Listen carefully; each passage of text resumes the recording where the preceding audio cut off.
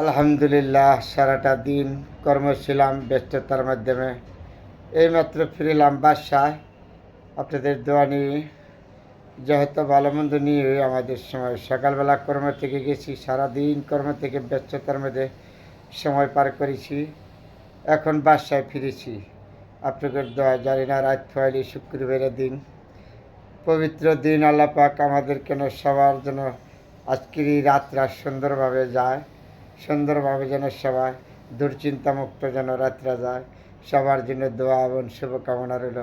যে আমি একজন ক্ষুদ্র মানুষ, সবসময় চেষ্টা করি সবার সাথে ভালো মন্দ শেয়ার করার জন্য। হয়তো আমি চিরদিন থাকবো না, আপনিও থাকবেন না, রয়ে যাবে ভালো মন্দ যার সমালোচনা করেছেন। সকালে যখন ঘর থেকে বাইরে আই তখন আল্লাহ স্মরণ করে বাইরেছি। আল্লাহ, তুমি সারাটা দিন সুন্দরভাবে নিও, সবার সাথে মিলেমিশে নিয়ে থাকার জন্য।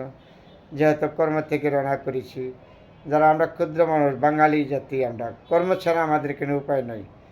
কেউ গাড়ি চালাবে, কেউ চাকরি করবে, কেউ ব্যবসা করবে, যার যার পেশা যে যেখানে আছে। পেশা ছাড়া কোনো মানুষের কোনো উদাহরণ নেই। তাহলে যার যার পেশা করে খাইতে হইব। কেউ রিক্সা চালাবে, কেউ গাড়ি চালাবে, কেউ মাটি কাটবে, কেউ বদলি দিবে, কেউ চাকরি করবে, কেউ কোর্ট কাছারিতে যাবে। যতগুলি শাখা আছে যা জানা কোনো কর্ম ছাড়া আমাদের কোনো উপায় নাই। তাহলে কর্ম নিয়ে আমাদের বেঁচে থাকতে হবে যতদিন বেঁচে থাকি।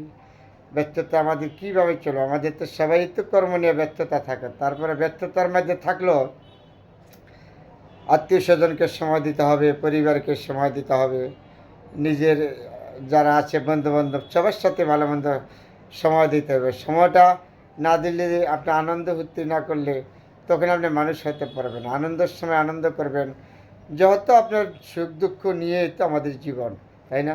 তারপরে আনন্দ কখনো ভোলা যাবে না। আনন্দের সময় আনন্দ করতে হবে, বন্ধুর সাথে আড্ডা দেওয়ার সময় আড্ডা দিতে হবে, সবার সাথে যখন যাইটার সময় সেটা মোকাবেলা করতে হবে। তারপরে আপনি একজন মানুষ। যদি আপনি মন খারাপ করে ঘরে বসে থাকেন তাইলে আপনি মানুষ হতে পারবেন না, আপনার মন ভালো হবে না। সাহস রাখতে হবে, ভরসা রাখতে হবে আল্লাহর উপরে। ভরসা রেখে এগিয়ে যাবেন।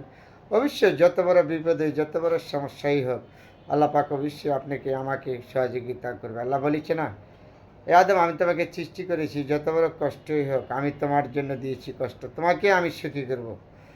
তুমি অশূন্য হয়ে যাও না, অকুল হয়ে যাও না, হারাইও না, ধৈর্য ধরো। ধৈর্য ধরলে অবশ্যই ধৈর্যর ফল পাবেন। তাহলে আমরা যে যেখানেই থাকি, যে যে কর্মই করি, সবাই আমরা ধৈর্য ধরে করতে হবে। কারণ ধৈর্য হারান যাবে না। বিপদ আল্লাহ দেয়, আল্লাহই উদ্ধার করবে।